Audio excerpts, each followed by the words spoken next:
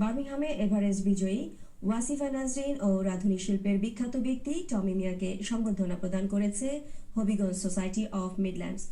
Birmingham থেকে আমাদের প্রতিনিধি জয়নাল ইসলাম জানান, গত 29 জানুয়ারি বুধবার বার্মিংহামের